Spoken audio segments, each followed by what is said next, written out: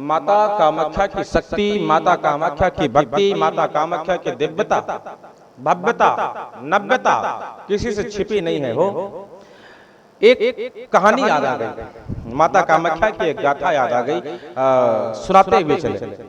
बड़ी पुरातन की चर्चा, बड़ी पुरानी चर्चा है माई कामाख्या की। एक बार चोर, अच्छा होते तो सब हैं, चोर भी होते हैं, लंपट भी होते हैं, जुआरी भी होते, कामी भी होते, साधु संत सन्यासी भी होते। तो एक बार दो चोरों के मन में विचार जगा कि चल करके मंदिर में चोरी किया जाए। एक तो नहीं आया, लेकिन एक आ गया माई कामाख्या के मंदिर में।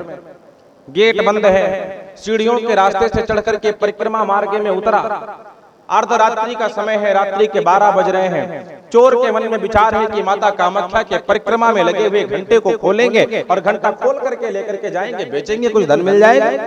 वो चोर है, चोरी करने जा रहा है और माँ के पास में जा रहा है। अब माई ने कहा ठीक है बेटा आ जाओ। अब माता कामाख्या की शक्ति देखना, माता कामाख्या की दिव्यता कितनी है, उनमें समता कितनी है। चोर सीढ़ी के मार्ग से चढ़ करके परिक्रमा में उतर तो गया, घंटा जहां पर बंधा था वहां तक पहुंच तो गया, घंटा खोलना आरंभ तो कर दिया। लेकिन विचित्र बात यह है, चला तो गया, घंटे को पकड़ तो लिया, लेकिन घंटे को छोड़ नहीं पाया। हो घंटे को खोल नहीं पाया। अच्छा अब चिंता आ गई, घंटे को पकड़ लिया तो छोड़ क्यों नहीं पाया, खोलने के लिए गया तो खोलने क्यों नहीं पाया, ज्यादा कस के बना तो नहीं, ऐसा कुछ नहीं। ये माई की कृपा थी। रात्रि के 12 बज रहे हैं, चोर गया है, घंटे को पकड़ा है। अच्छा आपने ये तो सुना होगा कि कोई लेट करके सोता है, वो तो हजम हो जाती है, कोई बैठ करके सो गया, ये बात भी हजम हो जाती, लेकिन कोई खड़े खड़े सो गया, ये बात हजम नहीं होती। और वो भी कोई चोरी करने गया हो, जहां पे ये डर लगा कि जल्दी से निकले नहीं, कोई आ जाएगा, पुजारी आ जाएंगे, महाराज आ जाएंगे, कोई साधु सन्यासी आ जाएगा, आरती का समय हो जाएगा, उसको निद्रा आ जाए। बड़ी विचित्र बात है,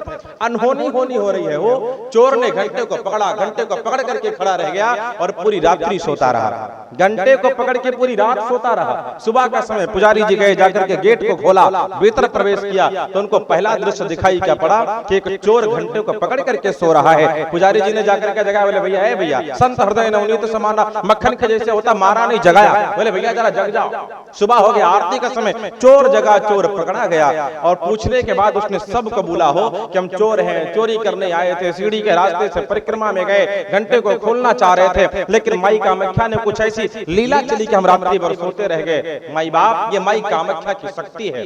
जीवन भर से उसने चोरी करना बंद कर दिया, माई का भगत बन करके जी रहा है। पता नहीं, हो सकता है कि आज भी अभी हो, अगर उसका शरीर छूटा नहीं होगा तो आज वो माता कामाख्या का सबसे बड़ा भगत बना होगा। इसीलिए निवेदन करते कि आते रहा करिए, ये अपनी माँ का घर है, सज के आओ, संवर के आओ, ऐसे आओ, लेकिन माई के चरण में आया करिए। पुत्रो जायते कुजितप माता कुमाता ना भवत, पूत कपूत सुने हैं जग में, पर माता सुनी न कुमाता। ये माता है, हो कुमाता नहीं। अगर जगत के कुमत से बचना है तो माई के सुमत के पास में आना पड़ेगा। इसलिए कुमत से बचने के लिए माँ कामाख्या रूपी सुमत के पास में आपको आना ही पड़ेगा।